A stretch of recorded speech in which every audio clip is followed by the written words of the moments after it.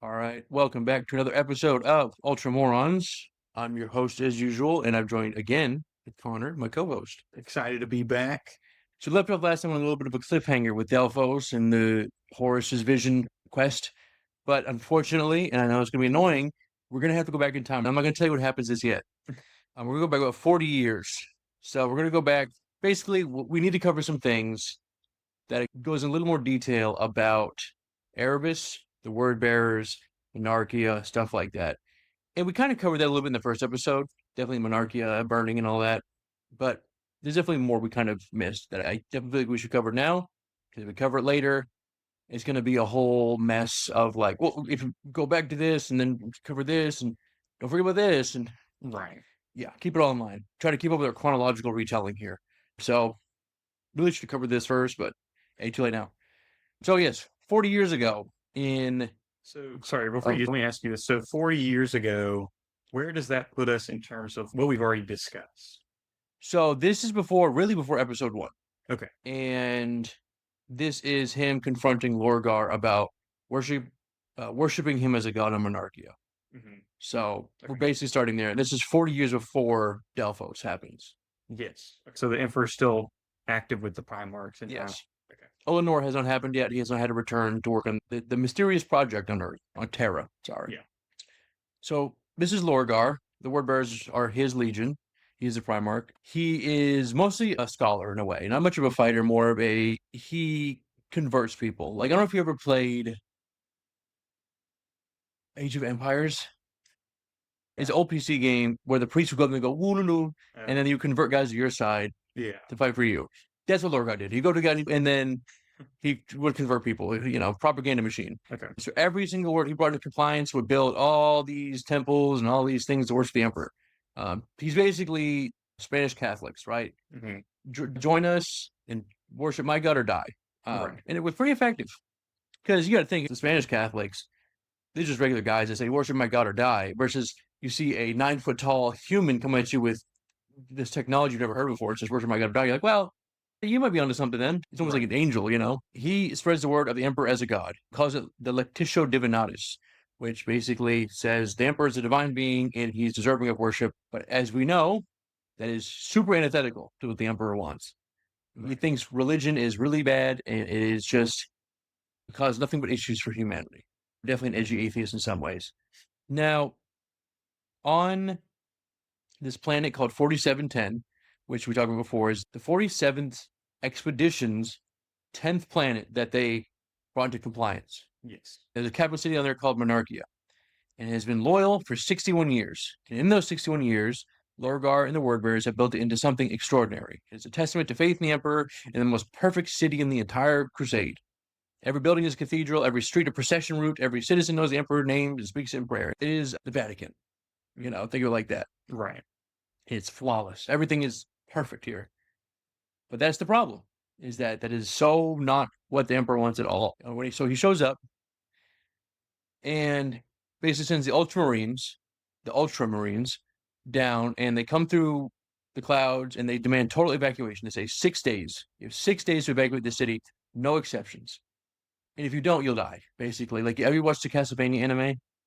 Yes. So the first season, when Dracula says, you have a year exactly, and I'll come back and I'm going to kill everybody. Right. And then everybody was like, no, he's just kidding. The difference is people in Monarchia were like, well, what do we do wrong? We're doing anything wrong. We're the perfect city. So, let me ask you, is Monarchia a city or is it the planet?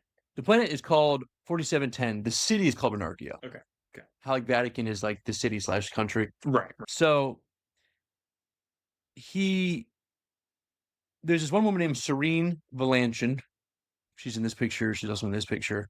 She refuses to leave. She says, I ain't leaving for nothing.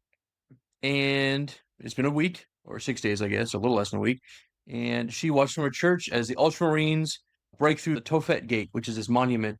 Think of the Brandenburg Gate in Germany, right? Right. So this giant gate, they destroy it with a tank. The gate falls, marble scatters everywhere. And she watches this like total destruction of her city. And she doesn't leave. She says, I'm not leaving. I'm faithful. So the Emperor also shows up himself, which is unheard of. Emperor doesn't really show up on a planet unless it's like unless a Primarch is there, like to find a Primarch, or to do something extraordinary, right? There might be some mystical warp magics on the planet, and he's like, I think I'm gonna look into this myself. So he's here with 5 custodians and Malkador, his right-hand man, the Sigillite. He's standing in this rubble of the city, and the Emperor basically is so psychically powerful. A lot of the Warbearers feel him without even seeing him there. Like they feel him step foot on the planet just from his like psychic presence.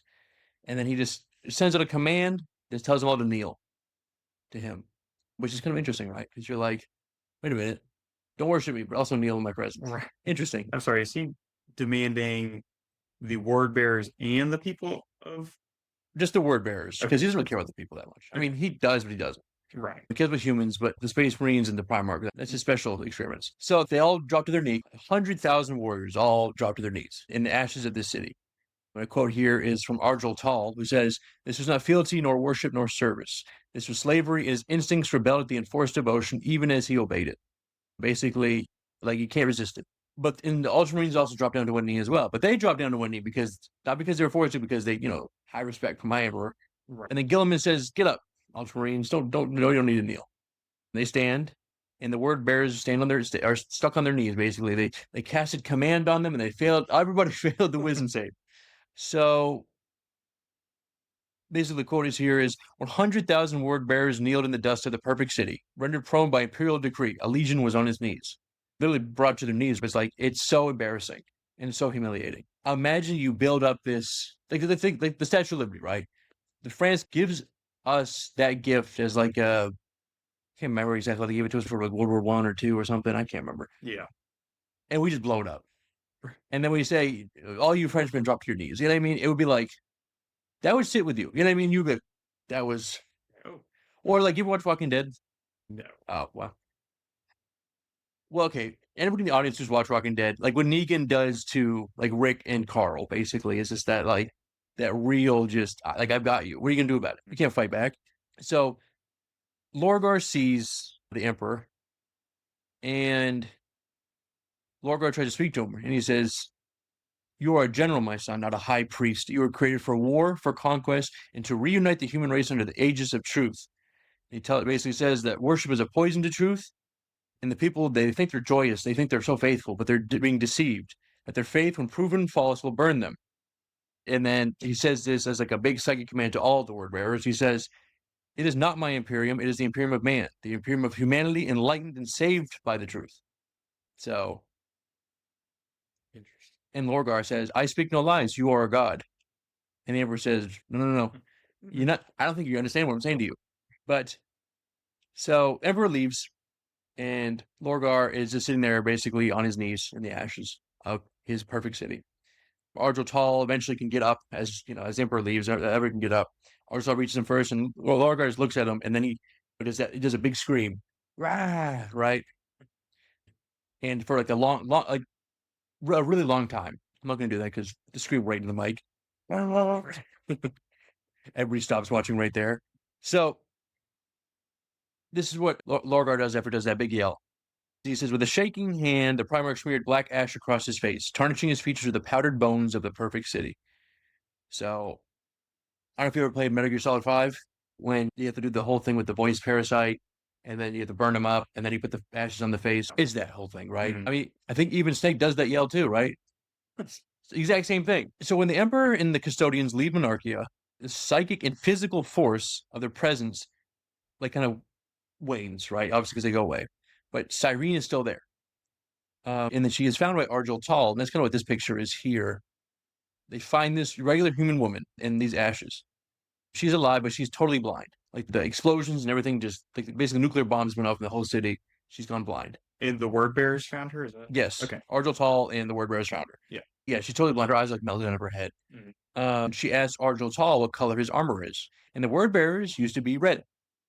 And then he says gray, because they're covered in the ashes of the city. And then she basically bursts into tears, because it's like, think about it, the whole, right? You build up this perfect city, this Vatican, for your God. He shows up and he says, "I hate you and I hate this entirely," and he destroys it. What do you even do? It's so brutal. really brutal. I know we kind of have the context of the emperor thinks that worship will lead to the kind of chaos stuff. Right. But nobody else knows that. Without that context, it's like, what do you even think about it? It's like, so the guy you worship just comes down and just smites your whole civilization because you worship him. It's like, okay. Yeah. So it definitely makes you think like, okay, the Emperor maybe isn't totally a good guy. You know what I mean? Obviously, he's definitely not a good guy, I would say, but it definitely makes him puts a couple points in the evil side. You know, you're like, you could have just told him stop doing that, but at the same time, you can't. You know what I mean? Like you could say, "Don't worship me, don't worship me." He basically did. He said, You are not a priest, you're a warlord." He says, "But you're my god." He says, "Oh, stop calling me that." Yeah. I mean, So it becomes a thing. Is like he can't. So he's like, "Well, this the only way you're gonna learn is if I wipe it all away." yeah. And I guess I wonder, like, from the regular human perspective, of like Cyrene and the people, if you see that happen, there's no way they're like, oh yeah, that's not a god, that's just a guy, right? Like that is like, I mean, he's releasing like psychic waves, making everybody like drop to their knees, yeah. turns your city into ash with all these different like spaceships. Like, yeah, It's like, what else do you think about? Like, what else can you either you consider that? think that, oh, God just doesn't like you, or that he's the devil, right? Yeah. Like, and that basically is what happens is that now they're like, well, then if he's not God, then who is? You know, there must be something. So, Right. Which I think but seems like it would be going in the wrong direction. But oh, yes. I mean, no spoilers, but I think you can imagine. So, at Monarchia, a custodian named Aquilion, I don't know, it's a weird word. They have a lot of weird names. Called the Emperor's Eyes, is appointed to watch over the Legion and report its actions. It's a sign of the word bearers. Basically, I don't even trust you guys to not do what I told you guys to do. So that's it. I'm gonna send one of my guys to watch you. Because also custodian, like, they can't kill a custodian. I mean they could, but he's gonna take so many space marines with him that's gonna be not even worth it. Also, if you kill a custodian, the Emperor's just gonna show up and then you're all dead. That's it. Like you're gonna all of you can turn to ash. You know, like it's right. so basically, yeah, sends him there as like a supervisor, a what do you call it? A probation officer, right? Make sure you're not doing no more crimes. So yeah, they're ordered to comply. No temples, no faith, no worship. Pure military compliance. And they do it because they have no choice. Right. And they do it efficiently, but they're not happy about it. And they march and they fight and they say nothing. But it is gray. It's all gray. The life has been drained. His smile and optimism gone. So Arjun's Hall is watching Lorgar during this period of basically probation, and he notices that Primarch is still praying. He's like, oh, "You're not supposed to do that. What the heck?"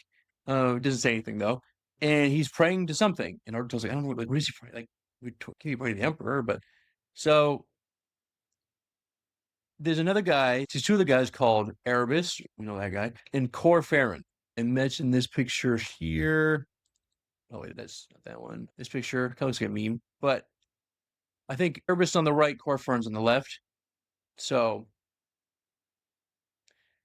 they are kind of been waiting, and they have kind of been collecting knowledge on their own.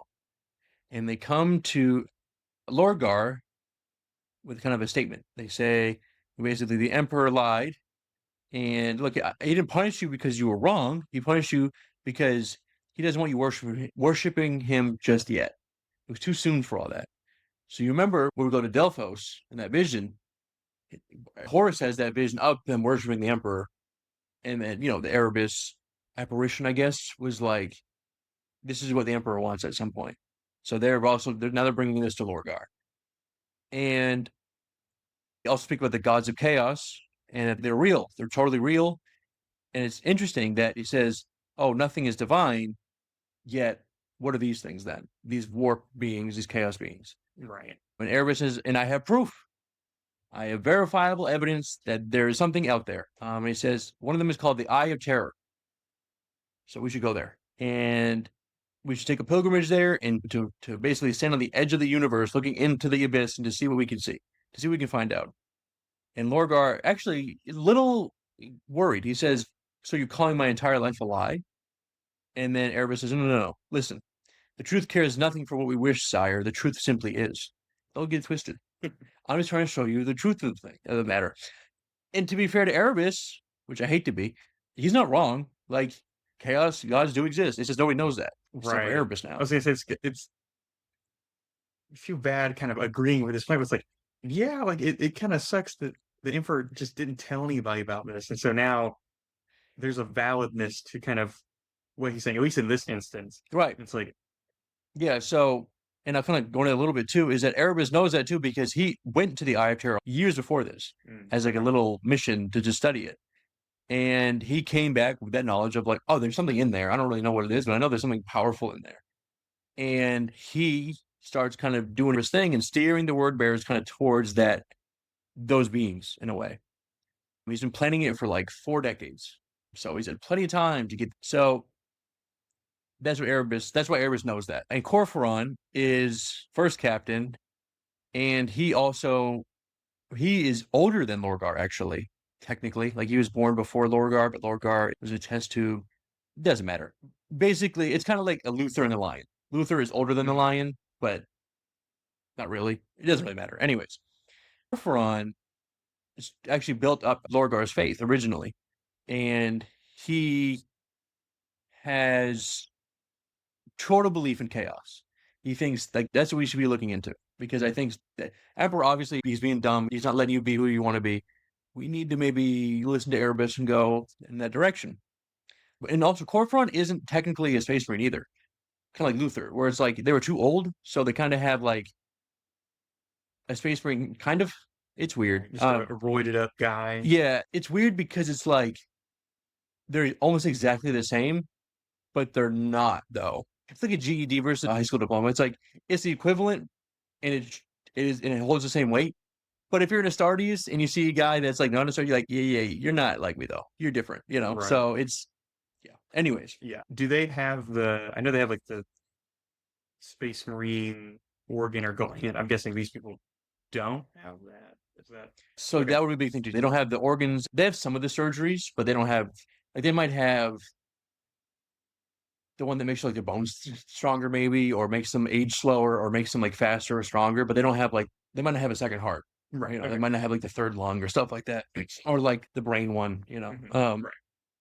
yeah, because they usually start that process when like 10 years old. So Corphoron was probably like 30, and it's like you would die if we did this to you now. Right. So. Right. Okay. But yes, so Lorgar eventually agrees with them and says, "You know what? That is a good idea, and we will go to the Eye of Terror together and find what was there." And Erebus hits him with, "We are nothing without faith, sire." He knows what he's doing. Like he's even tricking his own Primor. Like he's just such a rotten guy. He's so self-serving in that way. Right. I guess something I'll get to my question point here is: do you think Lorgar is reasonable for trusting Erebus? It seems like he's already kind of like you're saying, he's praying to something already. So he's kind of already like he's looking for something, I guess. So it makes sense that he's falling for this. He's agnostic in a way. Yeah. There's something out there. I need to find out what it is. Right, exactly. So I can understand why he's kind of going that way. I guess I'm curious kind of how they posed that to him. I'm guessing they're not just like, go do it. Yeah, there's Right, but, like- evil gods are gonna make your Yeah. face. Yeah, of course. Yeah, Yeah. he's not gonna phrase it like that. It's just like, Yeah. oh no, there's another place where you can put your faith. You know? Right, exactly. And so like I can't necessarily entirely blame him right now. Is he still going against like the kind of rules set by the emperor?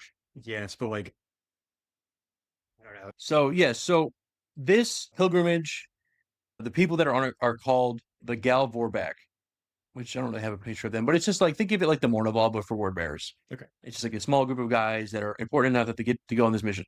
Galvorbak. Okay. That's what I'm referring to.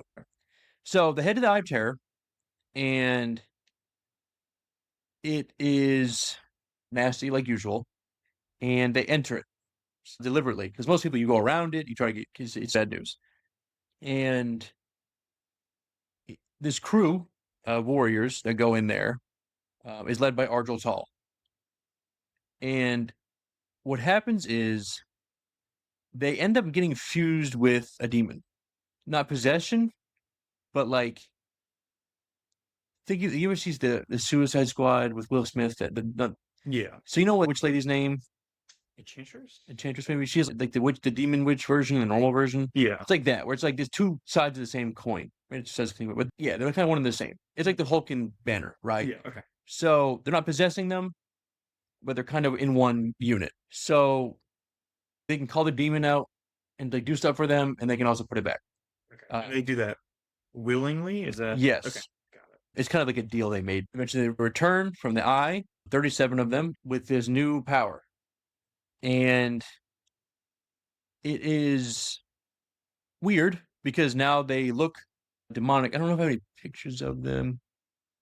This is the book cover of the first Heretic.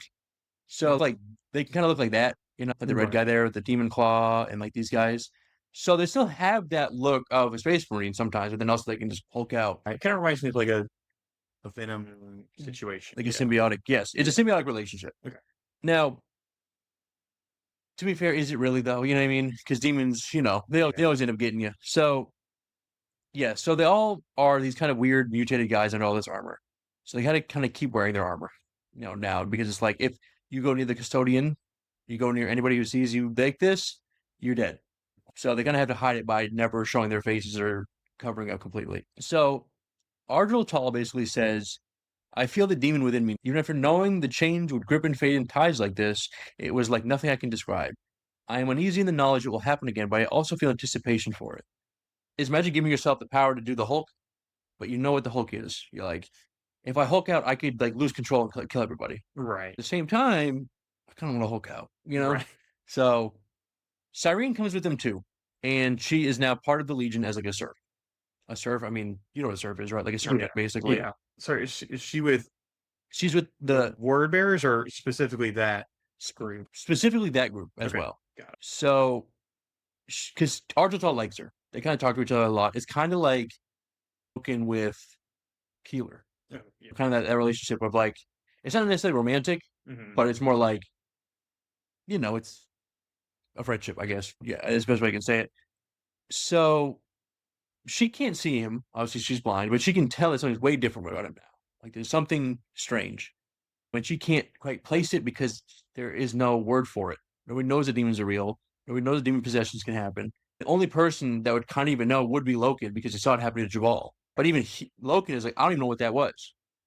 So they call Cyrene the Blessed Lady now because she kind of takes this like Keeler. She becomes their Euphrates Keeler in the way of like she is witness to all these magnificent things and like holy things, the same way Keeler is, and actually, but her Keeler's radiance comes from the Emperor, whereas Cyrene comes from something else, maybe chaos, maybe a god, who knows? Right.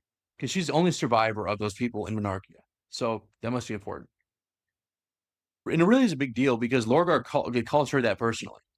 So imagine a Primarch going up to a blind woman and like literally, I have it here, going on his knees before her to like give her this title.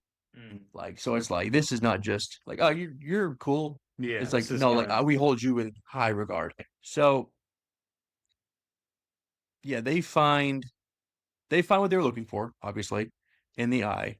And so I'll do another question for you here. Do you think, I mean, I can obviously guess who says it's a bad deal, but do you think what they did was like reasonable? Like the whole demon possession using the Hulk power, basically, the Red Hulk. Red Hulk. Yeah. It's interesting. I mean, obviously, like we were talking about earlier, they're clearly looking for something. I guess it seems like they found it. Because I'm not surprised. Is it a good idea? Probably not. I think it's interesting that they find this kind of demon possession, whatever you want to call it, and they all of a sudden. Let me ask you this: Cyrene, is she being kind of worshipped like this by all the word bearers, or specifically that? So with her, it's not that she's being worshipped, but she's just kind of held as like a saint. Yeah. And no, it's not all the word bearers, but it's a good amount of them. It's definitely the ones, especially the ones that were more the Galvorback, right? Right. These possessed, I don't say Chaos Space Marines, but borderline Chaos Space Marines. Right. So, okay. Yeah. Yeah. It's interesting kind of how that's happened. I know she's blind, but it's like, it's interesting that it's like, yeah, let's just keep this human around, even though we're like, well, because their whole reason was she's the only survivor of the Monarchia destruction. So it's like, well, she must be important, right? It's the seeing Jesus on a piece of toast. It's like yeah, symbolism. yeah. But I guess to me, it's like I guess it's interesting that they're not fully, I guess, fully chaos, if that makes sense. Like maybe they are, but Well, like you're saying like why aren't there a bunch of Drew balls running around? Basically. yeah, yeah, So it's basically the deal they made in a way. But I think also they have a power, like they have knowledge of it better than like other Space Marines do, especially with Lorgar there, Erebus. They kind of figure like since Erebus went there a long time ago, he kind of knows like, okay, this is kind of what you have to do, right? Like he's already been to Chicago. He knows where you can and can't go. You know what I mean? Like right. so it's something like that. Whereas like the demon Samus was, I mean, specifically was a powerful demon that wanted to just kill everything. And Right. these demons could just be like, hey, you can like hang out with me, and then you can get out of the warp and like do stuff in real space. And it's like, oh, that sounds awesome. Okay, Those are the deals they made. gotcha. Yeah, it's not the same as the Samus demon. It's kind of a different. Yes, there are many Yeah. different types of demons. And then I guess I'm curious. So can the people who made that kind of deal? I know you said they kind of have to keep their armor on. They won't show Right. themselves what they look like. Is that true from the was it the Galver batch to the other word? No, other word bearers don't really care as much. Like Okay. they probably think it's a little weird, but I mean, they also probably think it's like, oh, like you guys are the chosen ones in a way because Lorgar went with you guys, so it's like they really don't mind. It's just yeah, but remember that custodian is still around. Yes. Yeah. So if he sees this, I mean, it's basically that first heretic book cover, right? Like Yeah. he's gonna start killing. You know, Right. there's no ifs ands or buts about it. Yeah. Especially even if they knew they went to the word of the Eye of Terror, even that's kind of it's not necessarily forbidden, but it's still pretty crazy. So I don't even know how that really slipped by him. But yes, so the next thing that happens is they return from the pilgrimage and they know what they know about the gods being real and the emperor was lying.